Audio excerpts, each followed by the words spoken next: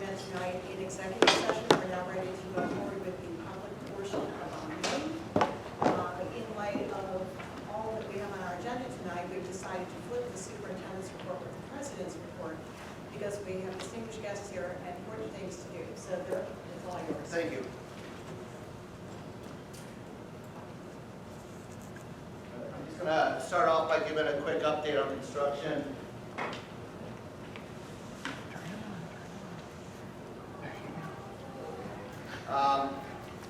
Linden and Forest Avenue schools are currently, we're waiting for the univentilators to be delivered. They're supposed to be delivered this week, actually tomorrow at Forest Avenue. So once they're delivered, the installation will occur.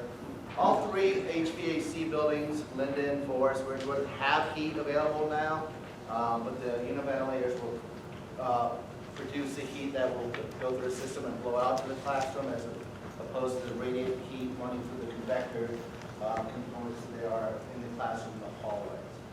So that's going to be a big install program that's going to have to happen. It will require some classroom switching around during the day, and fortunately we have some space because we moved the pre-K out of there to have those swing space during this process. Controls, insulation, and some trenching for power lines are also happening at Forest and Linden. And at Forest, there's some masonry work that's going on the outside of the media center to put in louvers for the univentilators that will be going into those spaces. Ridgewood Avenue, they're working on the powering up the heaters and ventilators in the upper and lower gyms. They're demolishing of the old radiators, and they're starting to work on the auditorium to make sure those convector radiant heat is available there. And at Central passed the final plumbing inspection. They're working on a few electrical and elevator tasks in preparation for that inspection next week. The window install is continuing to happen. On the ground level, most of the windows are installed, one or two that aren't, and we started working on the High Street ground level windows, and then they'll eventually work on the second level windows on the parking lot side. And they're starting to do punch list items in preparation for the final inspection with our architect. Tonight we have some special guests here. So I want to talk a little bit about our student volunteer ambulance squad members. I've been somewhat involved on the sideline with this group for, I'd say, over 20 years. I remember Bob Hayes approached me years ago when I was assistant principal, coming in, speaking to the students and trying to get some volunteers. We've had a great working relationship. It's been a great partnership. The students are part of the ambulance squad. They can be on call during the school day. We allow them to carry the walkie-talkies. If they have a call that they have to report to, they're allowed to leave the building and attend to that call. We've had situations in our buildings that they've assisted us on, so it's been terrific. So I want to recognize these students and the commitment it takes, and I'm hoping a couple of students will speak about this. The commitment it takes just to become a volunteer ambulance squad member is I know, a ton of hours of training, all hours of the night, hours during the school day, perhaps, and it's just, it gives them a great experience, but more important, it's them giving back to this great community. So I'm very pleased and honored to recognize the students here. So if you want to stand up when I call your name, we recognize Eliza Berner.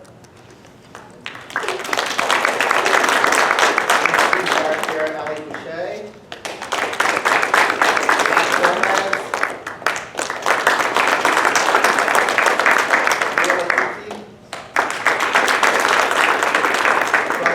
Ludwig. Pine.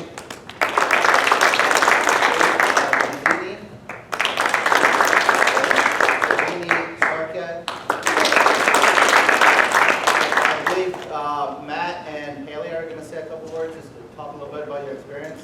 Sure. Matt, just go first. Okay. Oh. So I know you're talking about like becoming high school EMT. I know for us it took, I took my class over the summer. It took 5 or 6 weeks where I went to Union County College for all day. I think it was like 3 times a week. And it was really rigorous. It was like 10 college credits, I think it like equated to. But yeah, it was a really difficult class, and that took up my entire summer pretty much. But yeah, I think it was pretty worth it. Yeah, I took my class during the spring of my sophomore year, so it was from February to June, so that was difficult in some parts. But it's so rewarding, like helping all these patients and just being able to see the like tangible impact you can have on these people. Yeah, so we thank our community for. Can you go over the process of, Oh, yeah, you're in school and you get a call? Oh, yeah. Okay. Matt rides during school, so you can go. Okay, so I carry around my own personal Plectron, like whenever I'm on duty.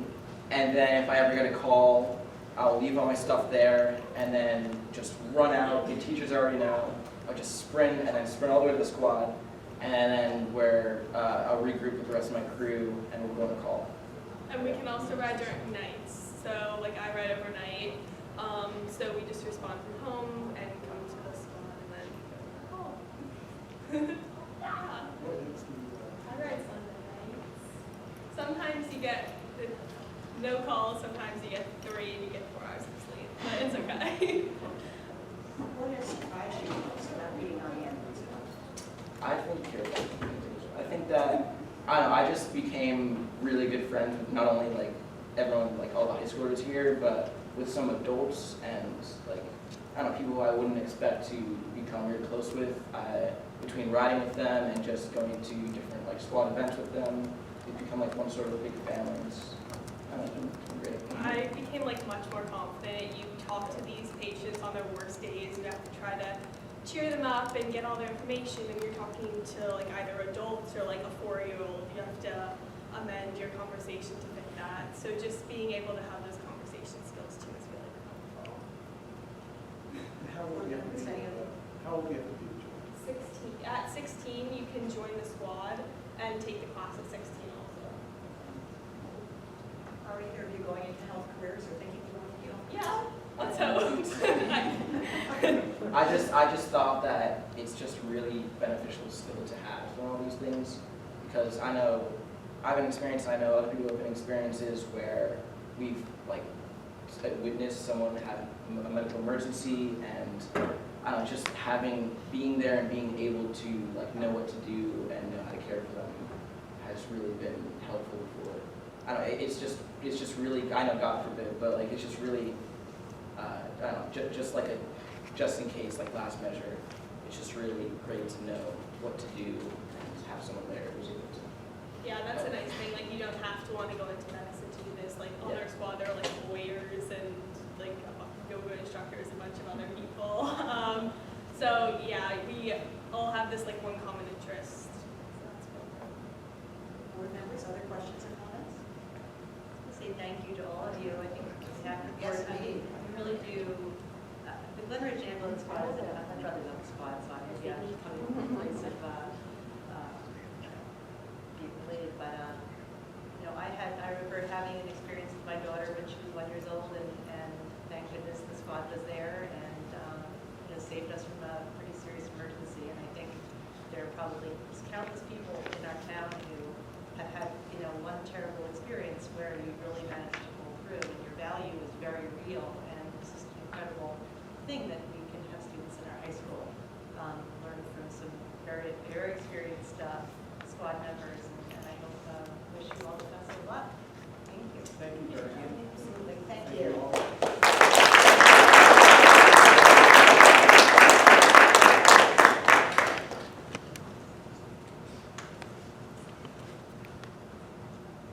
Next person we're going to honor. Ah.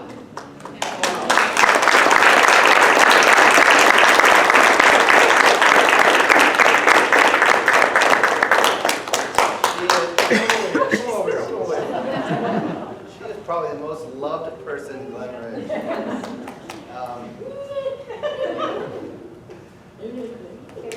And it is you. Let me see if You don't have to say anything, you don't have to say anything, I want you to read it. Read it for me. Oh, no, you Read have to, it, you I have got to read it. Let me see if you Val has been with us since 1998, working, well, she actually works for the town. She's probably one of the first non-public school individuals that we've officially recognized.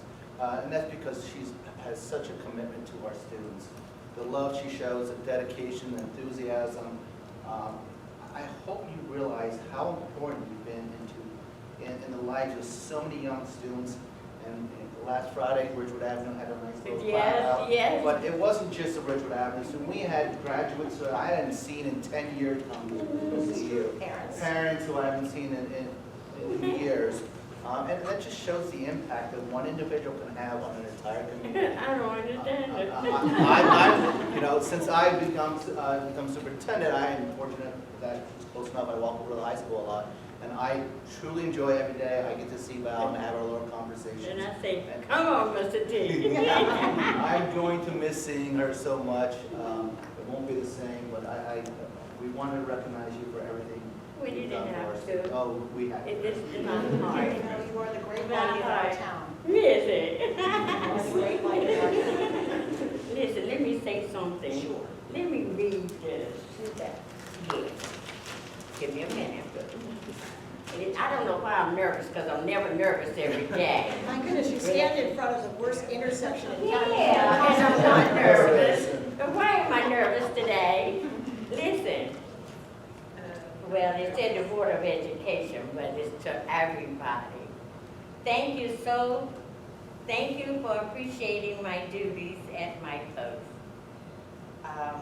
You are amazing, awesome, kindness, and loving group that I will never forget.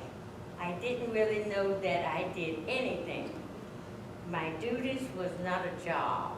It was coming to protect my kids and make them happy, feel good for class, and believe in themselves, to comfort them when they needed it, and to smile. That things will be all right when you smile. I always tell the seniors, when you leave, always think of me, of my smile, and everything, all your little problems is okay. I was all about love. Thank you so much. Oh my God, So you can remember us. yes, thank you.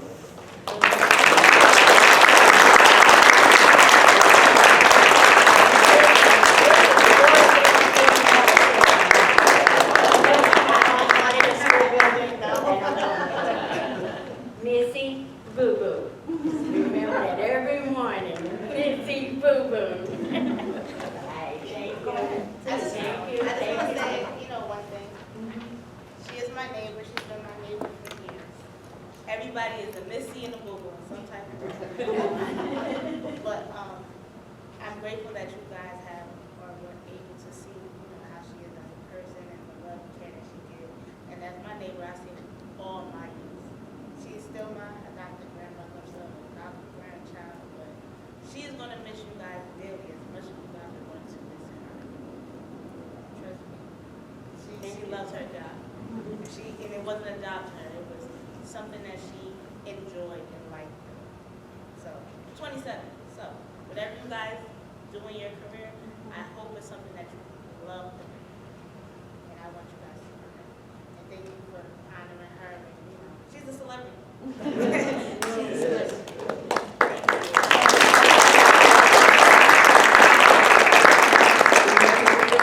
Every day. Missy, you too. And listen, Boo Boo, Missy, keep up the good work and pass it on to others to do this, because this is very important what you're doing, okay? I did it for 40 years, okay? So you gotta know health and sickness, okay? Because I'm taking care of my husband, and he never was around sick people. You don't know what to do. And so it's very important, okay? And have a great year. All right? Okay. Thank you.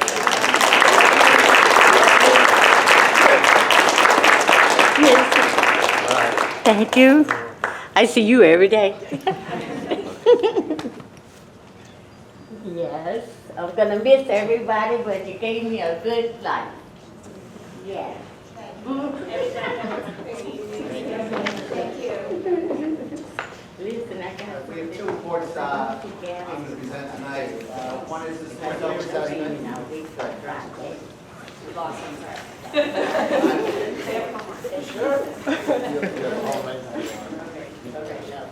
the school self-assessment, which has a polling law, and the other is our testing report. So at the end of every year, each school with their safety team will reflect on the actions that took place during that year, the procedures are in place in the building, to really address the Anti-Bullying Bill of Rights Act. It is purely a self-reflection, a self-scoring of what the school believes they are doing and how well they are doing addressing some of the concerns. And this just outlines that our requirement to self-assess, have a school climate safety team, and part of this process is to look at the 8 core categories and using the rubric the state provides to assign a score. The highest you can score is a 78. These are the first 4 core elements, and again, they're based on initiatives the schools are putting forth. Either it's assemblies, either it's classroom activities, it's character ed programs, it's bringing in speakers, it's addressing it to the students as a group, the HIT laws and expectations. It's a training that we put our staff through. It's not just our teachers, it's our parents, it's anyone who's employed or works in the school. That includes our cafeteria workers, our custodians. They're all part of the training that must happen. Core 3 is really looking at other staff, and the other staff are really more core members when you're looking at your anti-bullying specialists, your anti-bullying district specialists, the admin being trained, and working with your school safety and climate team. Core 4 is just how it's being integrated into your curriculum. Are you doing events during the week of respect to address this and making sure you have age-appropriate instruction? So our schools are doing a good job based on their self-reflection, based on their scores of addressing these topics. And then your last 4 core elements, make sure you have the HIT personnel, which is your anti-bullying specialist, and your school climate team is meeting at least twice a year as a group to discuss what's happening and review and look for trends that may be occurring. Your school level incident or reporting procedures, your investigation procedures, and then you're reporting out to the board and at the state level procedures. So, the elementary schools, Forest and Linden, will not see a lot of HIBs, so you're going to see that their scores are typically very high. If you look at back,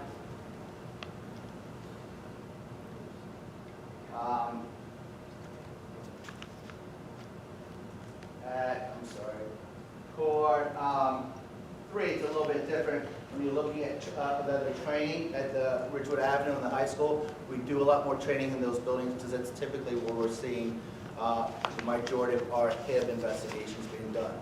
So extra training goes on in those buildings. So overall, with a possible score of 78, our schools are, by their own self-reflection, are scoring very high. We do correlate all the activities at the end of the year that the schools are doing in order to meet the criteria that these 4 elements have. Questions from the board? Is there any new programming that you're putting in response to any incidents? there's some software that we're working on. Part of bringing the Lifeline. Part of this includes suicide prevention training. So the Lifeline program that we're bringing in would be addressing this.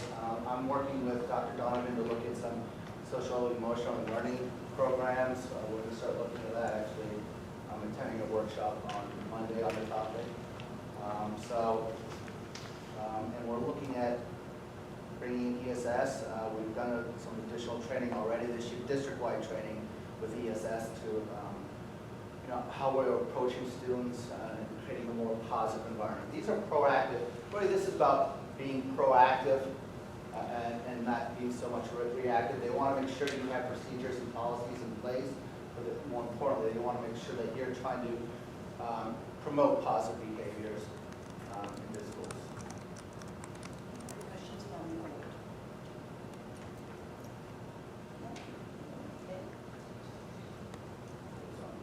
Upcoming events, I just want to give a shout out to a couple of events that are happening.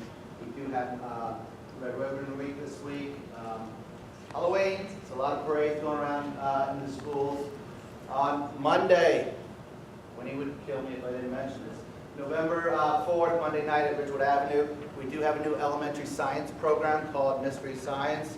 So we're having parent presentation. If you'd like to come and see what the science program's like, there's going to be a lot of hands-on experiences for parents. And just as a reminder, on November 7th and 8th, it is teacher convention. Schools will be closed those days. And if Winnie could switch it over to the testing report.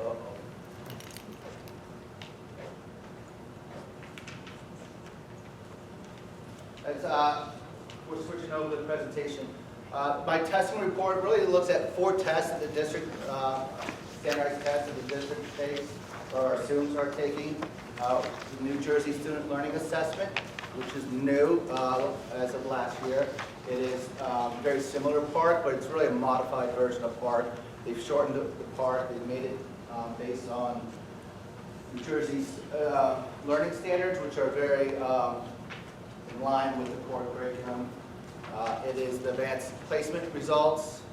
It is then the 2 college board entrance exams, the SAT and ACT test results. All right, so this is our New Jersey Student Learning Exams results from grades 3 through 10. 10 is highlighted because it is currently a graduation requirement for our students. If you do not pass the grade 10 language arts exam, there are alternative measures that students can use, such as PSATs, SATs, and ACT scores. But we want to make sure those numbers stay relatively high. When we look at these numbers, we're always looking at the scores 4 and 5 are our passing scores, and we want to make sure those numbers remain high. Obviously, level 1 and 2 are not places where we want to be. More importantly, we want to recognize that we are having students score in those areas. It's a large percentage of students. What's going on? What areas are their weaknesses, and how can we improve? And ultimately, our goal is to move these students year to year to the next level. I don't want to compare it too much to the PARCC because, as I said, it is a modified exam from what the PARCC was. But when this slide here compares what our PARCC scores in 2018, our New Jersey Student Learning Assessment from last spring. And if you look at the blues, they are very similar results. And our students are doing very well. The yellow bar represents the state average on the New Jersey Student Learning Assessment. We are, as Glenridge has consistently done, performing way above state average.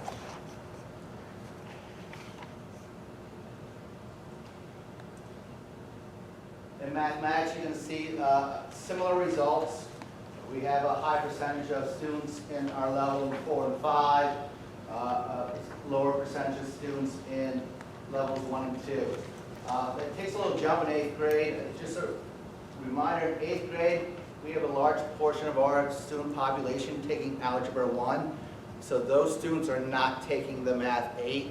So our higher performing math students in 8th grade are taking out Algebra 1, and it makes sense then that those numbers aren't as high because that population has changed. Currently, Algebra 1 is the graduation assessment that's being used. And the state is now looking at redefining what our assessments will be for the current freshman class. That has not come to a conclusion at this time. And again, looking at our performance the last 2 years, you're seeing a lot of similar numbers. Our 8th grade was a lot higher than it was last year, but very strong results. And when we compare it to our state numbers, we're well above our state percentage, usually about to 20 to 30% points higher, percentage points higher. So it just shows that our students are performing well in these exams. We do look at exams and their performances to help us address weaknesses individually, but also on a larger picture when we're doing curriculum or the teachers are working together, we're analyzing test scores, seeing if there's particular areas that we need to focus on because we haven't performed well as a school. Another exam that is mandated by the state is the New Jersey science exam. This is new. Last spring was year 2, and with year 2, they will be reporting those tests out to the districts. They haven't at this time. We're not mandated to report these out to the public. They don't count as part of our New Jersey QSAC, our monitoring scores. But starting next spring, the year 3 of this exam, we will be mandated to report out these scores. So we're waiting for them to come in now just to see how our students have performed. But at this time, the state hasn't released those scores. Our advanced placement test. One of the things that was my goal actually when I high school principal was really getting more students the opportunity to take advanced placement classes. If you look at the percentage of our student body, which is roughly 98%, move on to 4-year colleges, I thought it would be a great experience.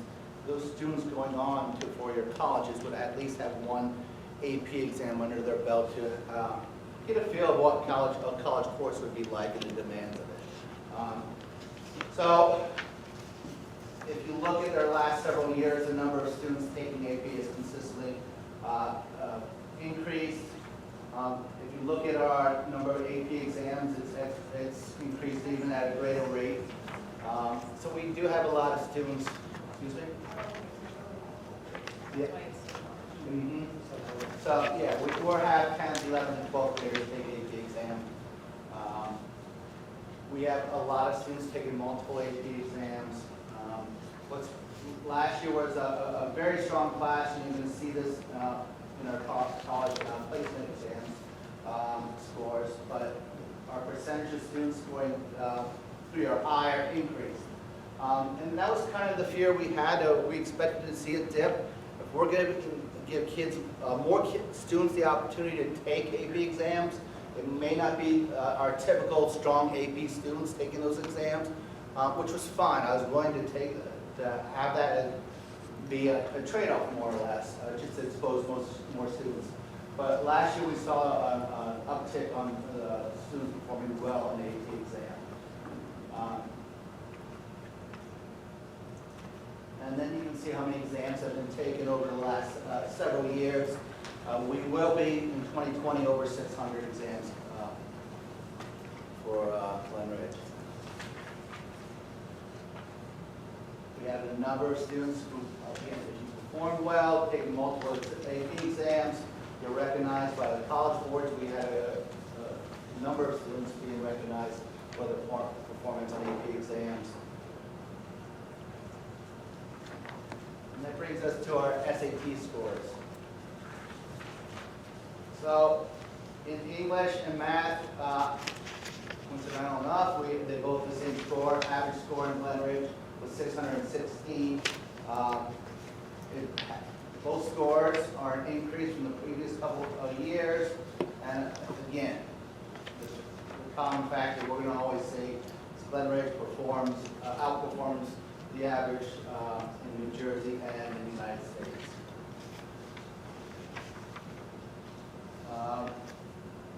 I started giving out percentile scores out a couple of years ago just to see how well our students are performing at different levels.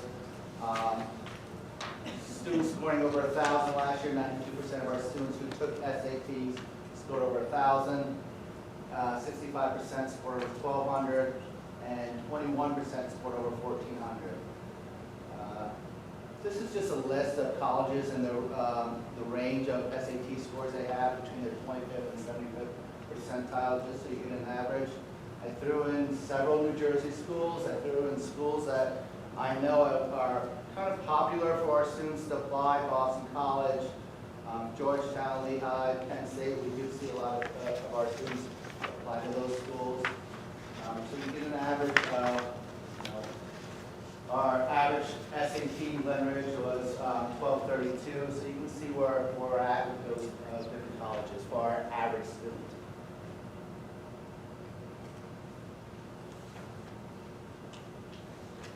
Just getting some local comparisons.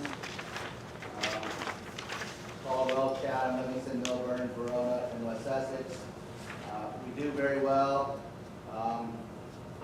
Milburn and Livingston, I know Milburn's one of the higher performing schools in the state when we look at SAT scores. Our numbers are a little higher than Chatham this past year. Chatham is typically one of the highest rated school districts if you're looking at New Jersey monthly. Two out of the last three ratings, they were the #1 rated schools. SAT scores are just a little part of that criteria though.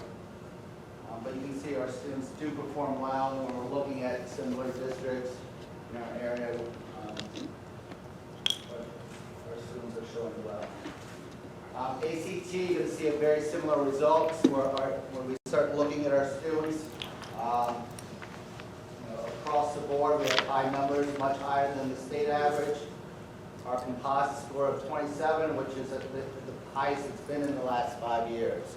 So this graduating class, and if you remember last spring when I gave out the list of colleges that we were attending, it was an impressive list. Obviously, then their scores are reflecting their performance throughout the high school career. So looking at just breaking down the ACT scores, 20% of our, 96% of our students scored 50 percentile and 43 in the 90th percentile. So it's a high percentage of our students are performing well in these college entrance exams. And using the same group of colleges, looking at the ACT, we have, using our average of 27, our average student is right in there with a lot of these universities, which is a nice sign to see. We're looking at some quality schools. And I think that's reflected in the schools our students are getting into. Just talking about curriculum as we're moving forward. This year we are reviewing and revising the language arts curriculum. We have 2 new AP classes this year, AP Research, which is part of the AP Capstone. Last year we introduced AP Seminar. This year we have AP Economics. John, 3 sections? 3 sections. For a new AP course, that's amazing. That's really part of the result of our VHS program that the foundation funds. We always had a large number of students who were taking online economics. So it's just an indicator to us it's a course that we should be offering. And when we offered it this year, we just saw a greater interest than we were seeing with the VHS courses. Professional development, we are bringing outside people in to work with our staff, doing literacy training, mathematics training, and our social studies training. And as I mentioned before, Winnie, November 4th, we have our parent presentation on our new elementary science program. I'll open up to the board. Questions? Board member questions?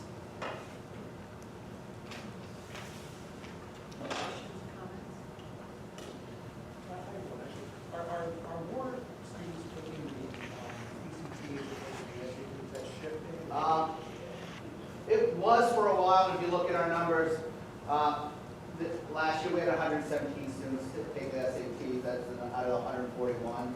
Our ACT numbers were down a little bit, compared to what they were only 72 of our students. And sometimes it's just a preference of a student.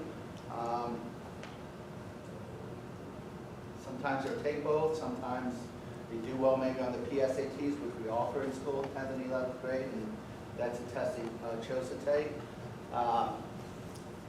Under the old SATs, we definitely saw a trend for students starting to take the ACT. Then 2 years ago, the SAT changed their format to become, not exactly, but similar to the ACT. So that might explain a little bit why our ACT numbers are down. It's just a theory. Dirk, in terms of the state tests, or now the SLAs at grades 3 through 8, there's been a lot of discussion about the fact that the results don't come back in a time frame that is particularly helpful. So when those results do come back, how do the teams of teachers typically use them? So when the results come back, we're giving to the teachers to look. So when they're not using them in their current year, the results come back during the summer months. So this year, 5th grade teachers will be looking at their students and how they perform in 4th grade. They'll go through the scores and look for weaknesses individually if there's showing up on the test results. But again, a lot of our students are performing well, so we're not seeing a lot of that. But the students who are struggling, they'll use those test scores along with the other tests that we might be administering at elementary level, the ERAs or the math testing. So we're trying to collect as much data as possible on those students, make sure we can best identify areas of weaknesses and address them in the classroom. But we're also looking at the compiled data as an entire grade to see if we have weaknesses in particular subcategory on these tests. Other questions or comments from board members? Just a reminder to the audience, we will have public comment after the superintendent's report and president's report are finished. Okay. Is that that's it? Okay. President's report, a couple of quick things. First of all, I want to, some of you are aware, we just had a kitchen tour to raise funds for school security, school safety, actually. And I think it was very successful, despite the fact it was a rainy day. And I wanted to thank the two Roddy sisters, Meg and Whitney, and also Amy Owens, who were the sponsors and co-chairs, and Nicole Quinn, who was the sort of managing partner of the whole thing, and everyone else who was involved. Thank you all. I know it was a lot of work. Some of us just got back from the annual school boards convention in Atlantic City last week, which was, I think it was the best fall conference I've been to in a long time. There were a lot of excellent sessions on everything from budgeting to boardsmanship to a lot on mental health and social emotional learning, legislative updates, you name it. It was really very, very valuable, I thought. And now, board members, every year we go through a process of goal setting. So you have been kind enough to send me your ideas for draft goals. And so I'm going to pass out the copies of the draft goals because I know that you didn't commit them to memory.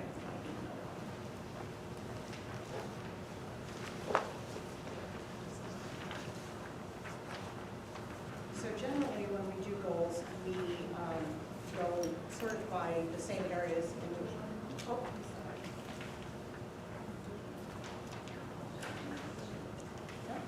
Oh, okay. All right, no, wrong, we're good.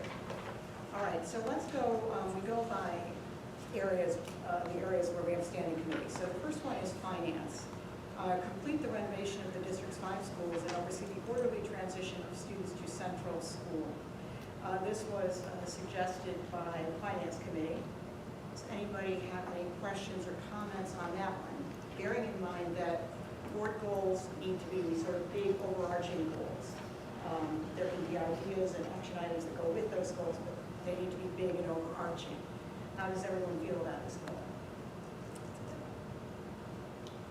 Okay, we're doing well. Communications.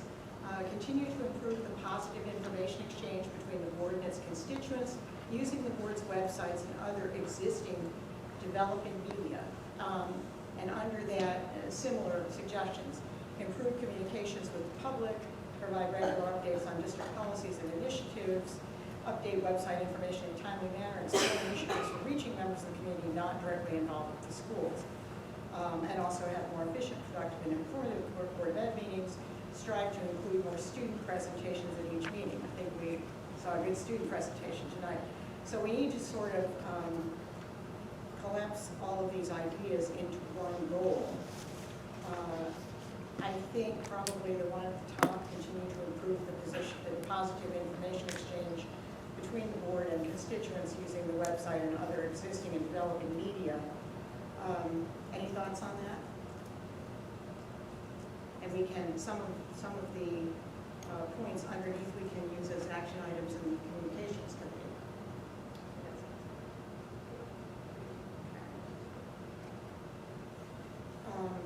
Curriculum, and this is, I know, dear to Heather's heart. Development of an assessment process to review new curriculum initiatives. As you saw, Mr. Phillips outlined some of the new curriculum initiatives.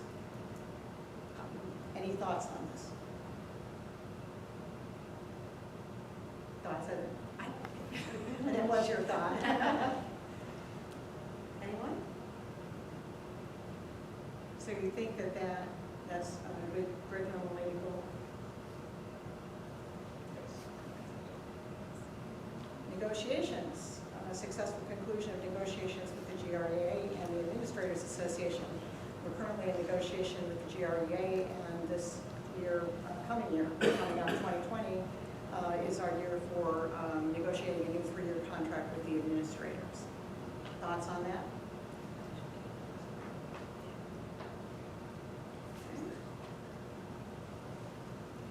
Now we have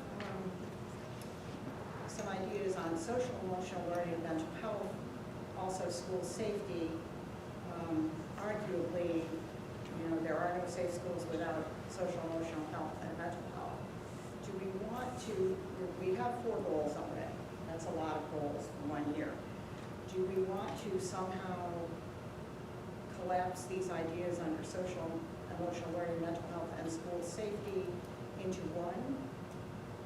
Or do we want to, prioritize one over the other? Okay. Maybe issues, as you said, that's considered together. So, So like combining them, I think makes sense. But Okay. we should prioritize one. okay, so we'll call it school safety, social emotional learning, something along those lines. And then the items underneath can be action items for the various committees. Social emotional learning really falls into curriculum. Some of these fall into policy. These are covered under various committees, so we probably should break it out under various committee schedules.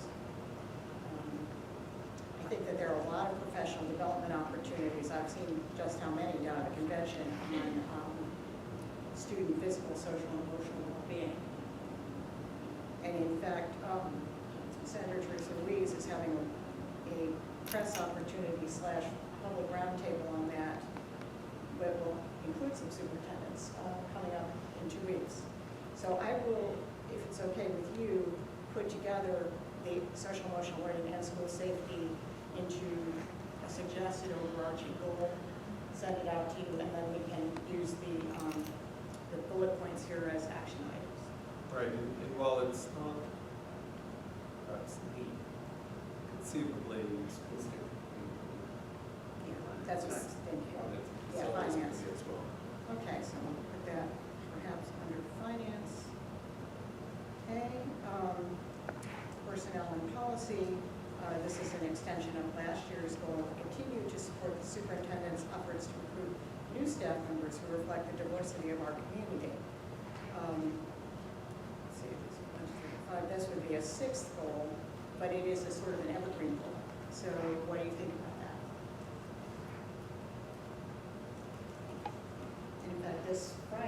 going to William Patterson, that's for their equity, diversity day, training day. Okay, so I will, and we have possible action items under curriculum, healthy guidance, and developing a comprehensive program to get and keep the kids on the right track each year in high school, especially junior and senior year. I know this is dear to the heart of those with juniors and seniors and those with students who will be juniors and seniors. I think that that's definitely a good item, an action item for the curriculum committee. So I will revise this draft. Can I ask you a question? Sure. On that last curriculum item? The possible action item. Yes, the possible action item. Okay. How do we assess, or what's the metric on the right track? Okay. I think that's what we have to discuss, is Yeah. how we do it. Because it's not something that you can just really have a rubric for, I think. So maybe that's why it's an action item, so we can discuss it in the committee. Other questions or comments? So I'll revise this and send it out to you for your editorial input, and incorporate your editorial input, and then we will act on it at our next meeting. Okay, so those are the goals. And now it's time for the first public comment period on agenda items only. Just a reminder, you have 2 minutes at the podium. Please, when you go up to the podium, state your name, reassure us that you're a Leonard resident. And if you have multiple questions, please give us all the questions at once so that we can answer them in an orderly fashion. Questions and comments? Mrs. Sauer.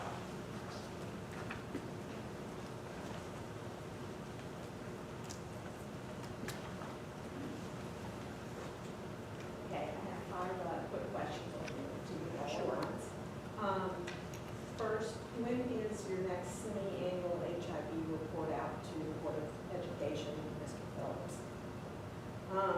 2, regarding the unit ventilators in, I guess you said Forest and Linden needed to be installed other than the quote radiant heat or convection heat in the hallways. That means those students won't have heat being blown into their classrooms, they'll just have heat drifting in the hallways. And it's already past October 15th, so are those students going to be cold? 3, 10th grade, you were talking about the park and the NJSLA. You're supposed to achieve a certain level in apparently language arts by 10th grade. And we have a lot of 4s and 5s, that's great, but when I added the other numbers together, the ones that failed, it came to 17.2% are not proficient in language arts by 10th grade. Is that correct? You can tell me. We can go back to that. Diversity. Mr. Campbell last year committed repeatedly to us that we would have report outs about diversity after much of the community let him know, you all know how important it was, and we haven't had a single report out as to your diversity numbers yet. 5th, I believe that your communication with BOE constituents, frankly, is a joke. You've gone downhill in terms of you only let people make 1 comment per comment period.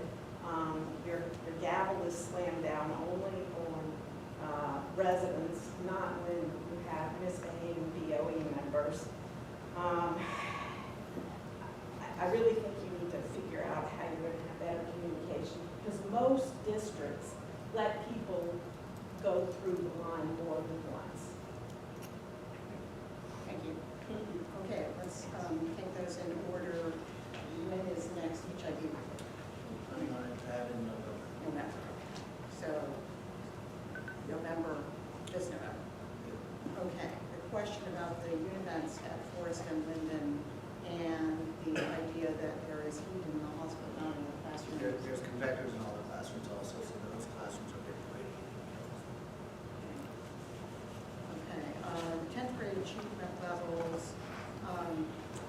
specifically related to those students that are either approaching proficiency or are not proficient, how that cohort of students are set up. So the students have multiple means of passing the graduation assessment. The New Jersey Student Learning Assessment is just one of those opportunities. Having some scores, certain scores on PSATs, SATs, and ACTs could also qualify for making an assessment. Last year and the year before, all of our students have qualified under those assessments. So we may have some students, depending on the situation, who are having some difficulties. It might be students from different groups, might be some special ed students who are taking the test. It might be students who have met their requirements based on their PSAT scores and did not perform well because they've already met their graduation requirement. Those are scores that the teachers of the high school will go back and look at to see if there's an ongoing issue there. And they're not failing grades. They're not failing grades. Okay, diversity reports. I remember you reporting out on diversity efforts when, I can't remember when. Yes, a couple times last year. Even I can't remember the dates. I reported out to the board also as part of my evaluation. That's true. And that's an ongoing effort. You had mentioned to me the relationship with William Patterson. Can you just talk about that for me?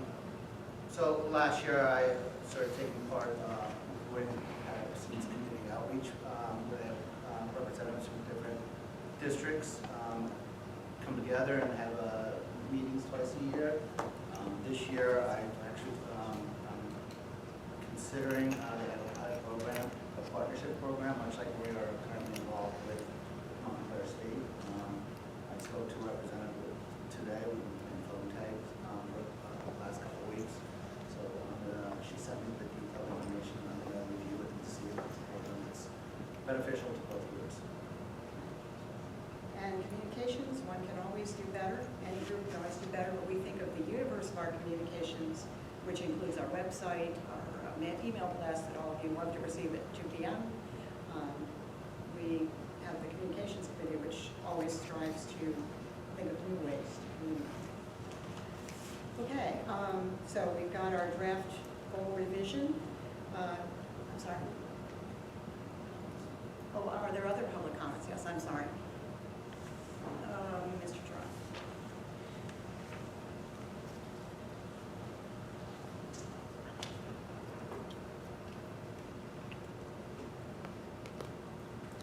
Harris Grant, I live in the district.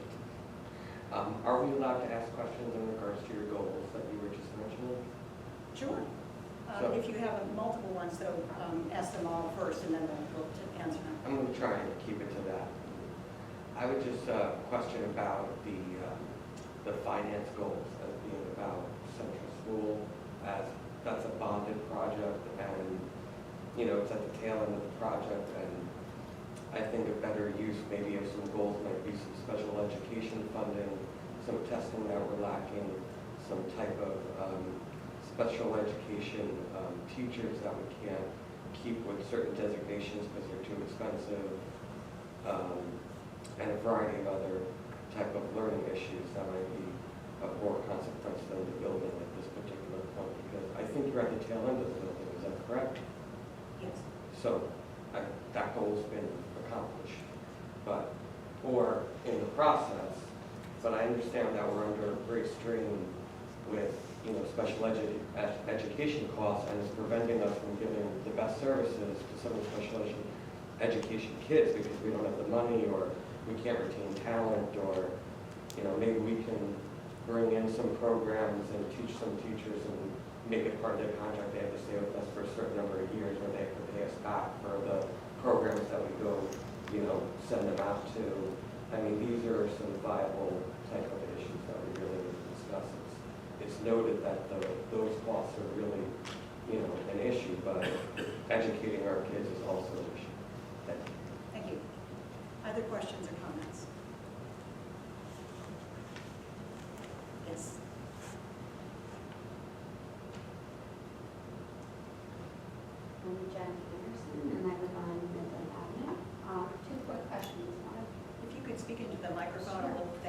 For the testing report, does it include special eds for students as well?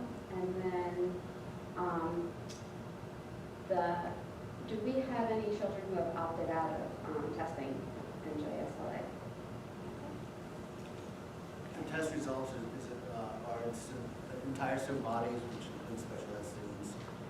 As far as opt-outs, we do get a handful of opt-outs, especially after students, high school students might have meet a criteria. A couple of years ago, the state changed their procedures for using the alternative graduation requirements. If you want to use the ACT, SATs, or PSAT scores, you have to take all the state standardized tests. So that resulted in a lot of students opting into the test as opposed to opting out. Yes?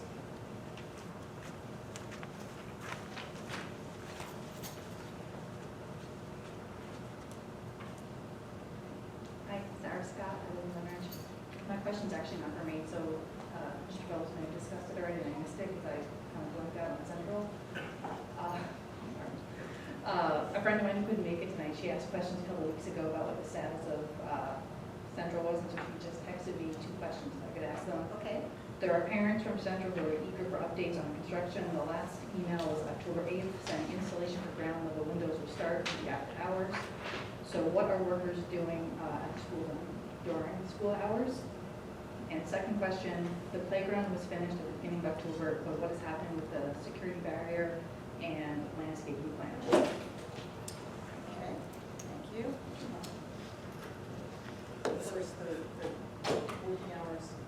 During the working hours, as I mentioned earlier, we have workers in there doing punch list items.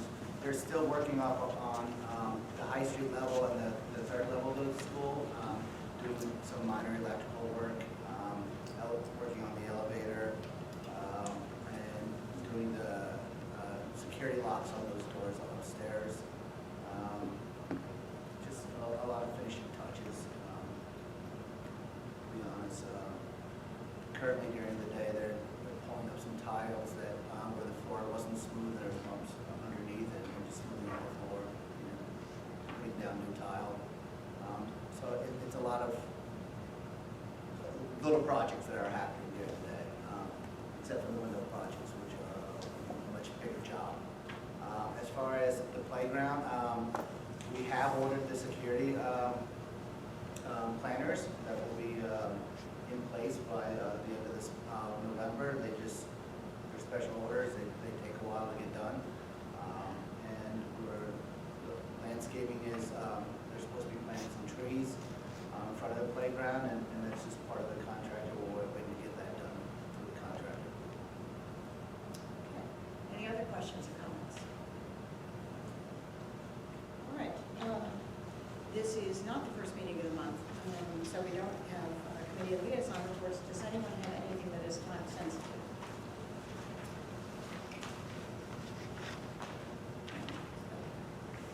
All right, you have in your package some minutes from September 9th, September 23rd, and October 7th, both executive and regular sessions. Does anyone have any additions or deletions to those minutes?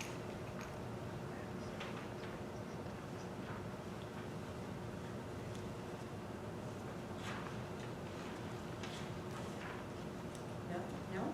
All right, Michael, may I have a motion to move the minutes? Shall we move M1? All right, may I have a second? Second. Oh, thank God I got you by the nose. All right, any other questions or comments on minutes?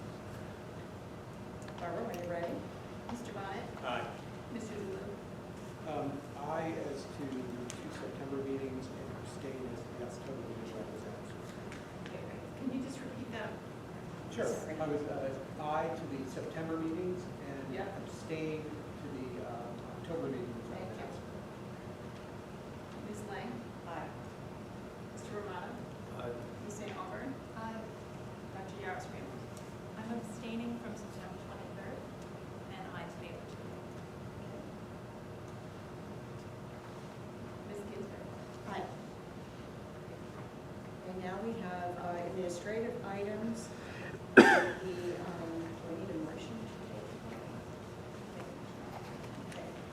we move on the administrative items, I would like to have a motion, Michael, to table A3. Move to table A3. And a second. Second. Okay. We have to do a separate roll call on that. Mr. Bonnet? Aye. Mr. DeLuca? Ms. Lang? Mr. Romano? Aye. Ms. St. Aubert? Aye. Dr. Yaros Ramos? Aye. Ms. Gibson? Aye. Okay, and now, Michael, would you move the other administrative items exclusive of A3, which we tabled? Yes, I'll move A1 through 5. It's good. All right, may I have a second? Second. Second from Tracy. Questions or comments from board members? All right, Barbara, when you're ready.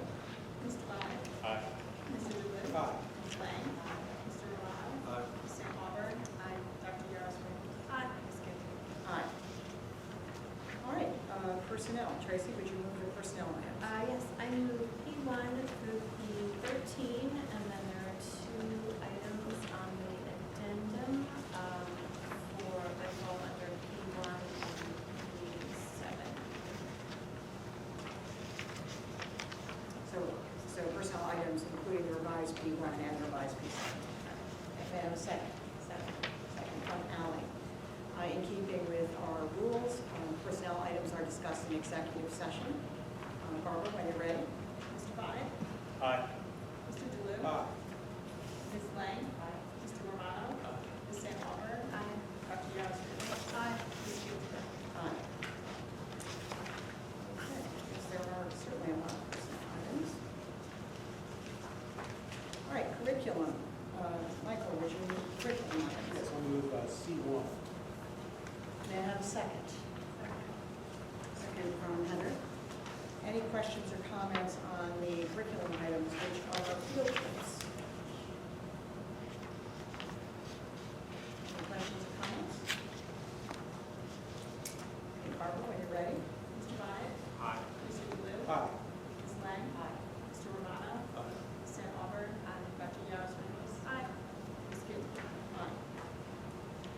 Before we move the business items, I'd like to bring to your attention B2, which is donations.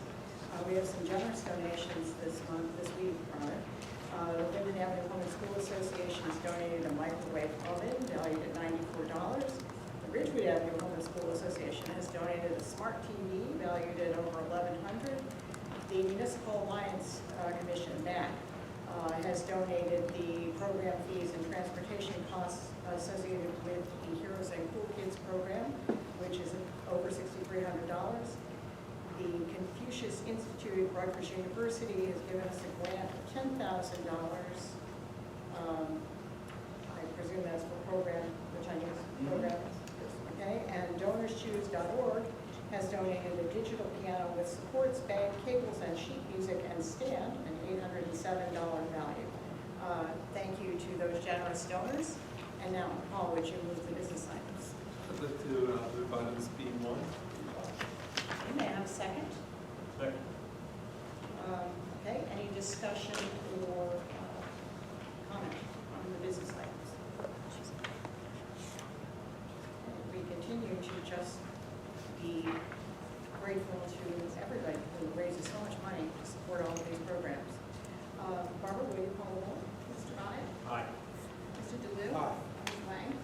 Mr. Romano? Ms. St. Aubert? Dr. Yaros Ramos? Ms. Gibson? Aye. All right, we have arrived at the second public comment period for comments or questions on agenda or other items. Any questions or comments? Wait, so I saw Marilyn Savio was behind you.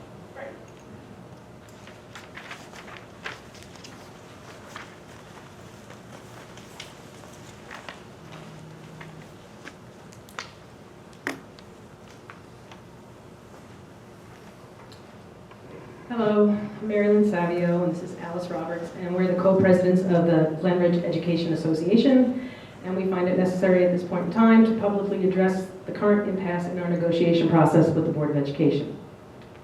Excuse Even though our contract expired on July 1st of this year, we have remained silent and hopeful that both sides could come to an agreement. As reported by the board in their budget presentation, the amount for instruction was decreased this year by $291,218.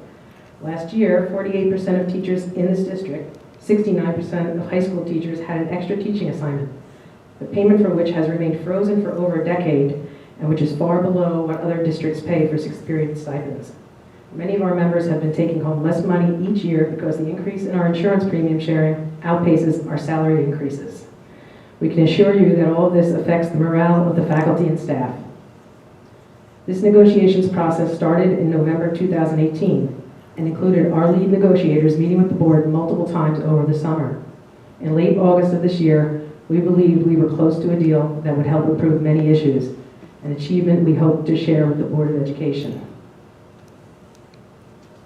Unfortunately, shortly after this school year began, the board presented a revised offer and said the next step would be impasse and mediation if we could not agree. This offer would negatively impact 84% of our members and make it clear to our team that made it clear to our team that we were no longer close to an agreement. And so we filed for impasse. We are confident a mediator will see that our offer is reasonable and in line with settlements in this area and around the state and in no way excessive. 2 weeks ago, the board accepted our offer to continue meeting despite the impasse and impending mediation. At that meeting, we proposed a potential solution to the impasse. Since then, we have not heard back from the board, which is disappointing to the 220 people we represent who have been without a new contract, for 119 days. Our members are committed to this district and to these children. We believe that our offer and our solutions represent a fair and equitable contract that does not preclude the fiscal responsibility of the district. We remain hopeful the board will respond to our continued efforts to work toward a contract we can all accept. Thank you. Other questions or comments? Mrs. Sullivan, I'm sorry.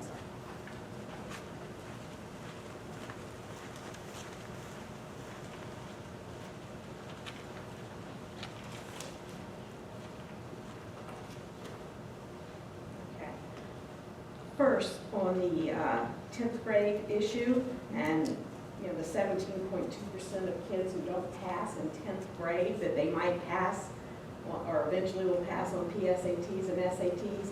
I doubt they're passing that in the 10th grade on an SAT if they can't do it on the SLA previously part.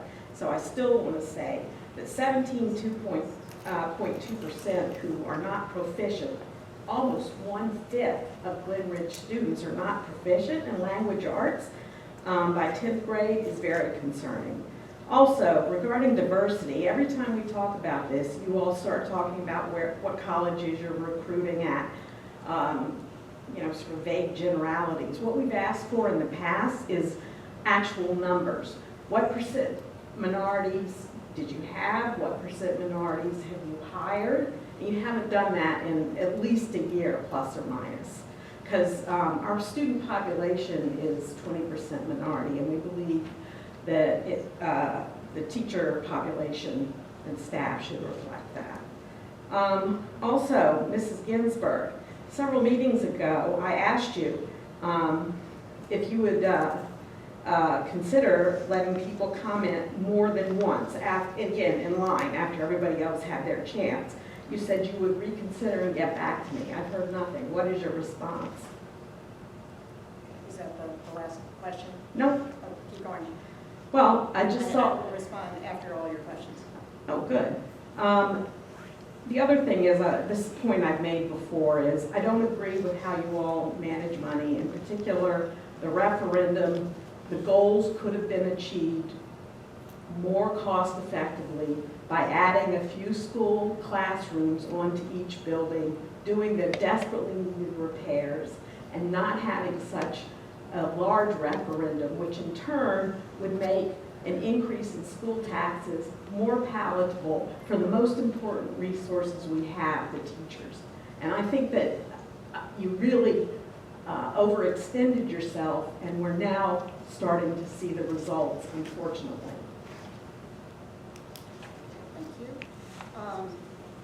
With regard to the public comment question that you asked. This procedure, the current procedure was only instituted in September, first meeting in September. I think that with anything new, it is reasonable to give it a fair trial before you evaluate it. I said that we would, we will, when we feel that people are comfortable enough with it so that we have something to evaluate. 10th grade, you know, we do review things, we do change things, but you think we meet twice a month, so September twice a month, October twice a month, 4 meetings. That's not really much time. 10th grade SLA, any further thoughts on that? Those numbers are not that surprising. Those are the numbers where, again, that we're looking at our numbers. We're shooting for mid-70s to 80% of our students reaching those, which is way above the state average. And as I mentioned, the previous grade, 2 graduate classes did meet the testing requirements. The diversity in terms of the diversity effort resulting in increased diversity hiring with regard to the numbers of teachers, paras, et cetera. Are you contemplating updating us at some point? I'll be more glad than next month. Okay. All right. And the comments on the referendum, I think, speak for themselves. They weren't really a question, they were a comment. Okay, any other questions or comments? Mr. Trump.